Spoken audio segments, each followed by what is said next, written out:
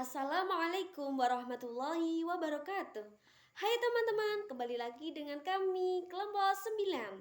Nah, di sini yang beranggota Aminatus Zuhro, Yuliana Nurmalasari, dan saya Roshida Muntaha. Nah, di kelompok 9 ini kami akan membahas tentang kepemimpinan dan supervisi pendidikan. Untuk teman-teman, simak baik-baik ya. Yang pertama kita bahas terlebih dahulu tentang pengertian kepemimpinan pendidikan. Sebelum mengetahui pengertian apa itu kepemimpinan pendidikan, kita harus mengetahui apa itu kepemimpinan dan apa itu pendidikan. Nah, kepemimpinan sendiri itu merupakan proses mempengaruhi individu atau kelompok orang untuk melakukan suatu dengan sukarela sehingga tercapai tujuan yang diinginkan.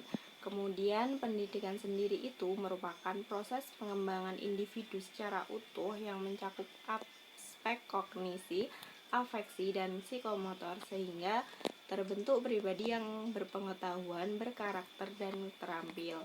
Nah, jika sudah mengetahui apa itu arti kepemimpinan dan pendidikan, dapat disimpulkan bahwasanya kepemimpinan pendidikan itu merupakan kemampuan untuk mempengaruhi, mengkoordinir, dan menggerakkan orang lain yang ada hubungannya dengan pelaksanaan dan pengembangan pendidikan agar kegiatan yang dijalankan dapat lebih efektif dan efisien dalam mencapai tujuan pendidikan. Nah, selanjutnya yaitu unsur-unsur kepemimpinan pendidikan. Menurut Safarudin ada 6, yaitu proses mempengaruhi para guru, pegawai, dan murid serta pihak terkait seperti komite sekolah dan orang tua siswa. Yang kedua, mempengaruhi yang dimaksudkan agar orang lain melakukan tindakan yang diinginkan. Yang ketiga, berlangsung dalam organisasi sekolah untuk mengelola aktivitas pembelajaran. Keempat, kepala sekolah diangkat secara formal oleh pejabat pendidikan atau yayasan bidang pendidikan.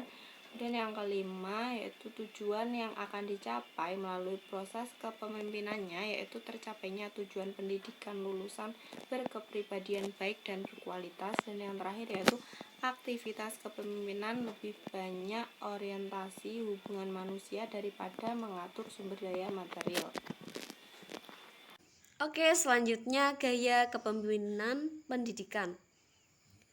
Nah, di sini ada 4 macam, yaitu pertama autokratis, 2 pseudo demokratis, 3 fair, dan yang terakhir demokratis. Nah, peran dan fungsi kepala sekolah sebagai pemimpin pendidikan. Peranan kepala sekolah sebagai pemimpin adalah proses kepemimpinan pendidikan yang tidak terlepas dari upaya menjalankan manajemen sekolah secara efektif. Nah, kepala sekolah sebagai pemimpin lembaga pendidikan bertanggung jawab untuk memotivasi para guru, pegawai, dan siswa itu untuk melakukan tindakan sesuai visi, misi, dan tujuan pendidikan. Nah, di sini kepala sekolah memiliki atau mempunyai 7 fungsi yang utama, yaitu yang pertama sebagai edukator atau pendidik, lalu sebagai manajer, sebagai administrator, sebagai supervisor, sebagai inovator, sebagai motivator, dan sebagai leader. Oke, selanjutnya hakikat supervisi pendidikan. Apa sih supervisi itu? Supervisi berasal dari dua kata bahasa Inggris. Yang pertama yaitu super dan vision. Super itu berarti di atas dan vision itu berarti melihat. Berarti secara keseluruhan supervisi mengandung arti melihat dan meninjau, menilai dari atas yang dilakukan oleh pihak atasan terhadap aktivitas, kreativitas, dan kinerja bawahan. Supervisi diperlukan dalam proses pendidikan berdasarkan dua hal yang penting. Yang pertama yaitu perkembangan kurikulum yang merupakan gejala kemampuan pendidikan. Yang kedua yaitu pengembangan personel, pegawai, atau karyawan senantiasa merupakan upaya yang terus-menerus dalam suatu organisasi. Tujuan supervisi menurut Ari Kunto yang pertama, meningkatkan kinerja siswa sekolah dalam perannya sebagai peserta didik. Yang kedua, meningkatkan mutu kinerja guru. Yang ketiga, meningkatkan keefektifan kurikulum sehingga berguna dan terlaksana dengan baik. Kemudian meningkatkan keefektifan dan keefisienan sarana dan prasarana yang ada untuk dikelola dan dimanfaatkan dengan baik. Kemudian meningkatkan kualitas pengelolaan sekolah khususnya dalam mendukung terciptanya suasana kinerja yang optimal. Yang ketujuh, meningkatkan kualitas situasi umum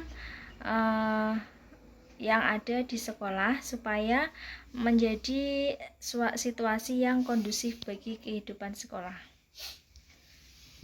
Selanjutnya prinsip-prinsip supervisi, yaitu yang pertama ilmiah, kooperatif, konstruktif dan kreatif, realistik, progresif dan inovatif.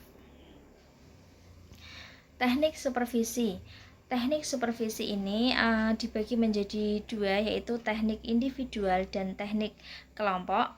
Teknik individual itu terdiri dari kunjungan kelas, observasi kelas, percakapan pribadi, intervisitasi, dan penyeleksi berbagai sumber materi untuk belajar diri sendiri. Kemudian teknik kelompok ini ada beberapa bagian. Yang pertama yaitu pertemuan orientasi bagi guru baru. Yang kedua panitia penyelenggara. Kemudian rapat guru, tukar menukar pengalaman, ada workshop, ada panel diskusi, ada simposium, ada demonstrasi mengajar, ada buletin supervisi, ada membaca langsung. Nah, ada juga yaitu perjalanan sekolah, kurikulum laboratorium, mengikuti kursus, supervisi sebaya, supervisi dengan pemanfaatan alat elektronika, dan pemanfaatan narasumber. Terima kasih. Wassalamualaikum warahmatullahi wabarakatuh.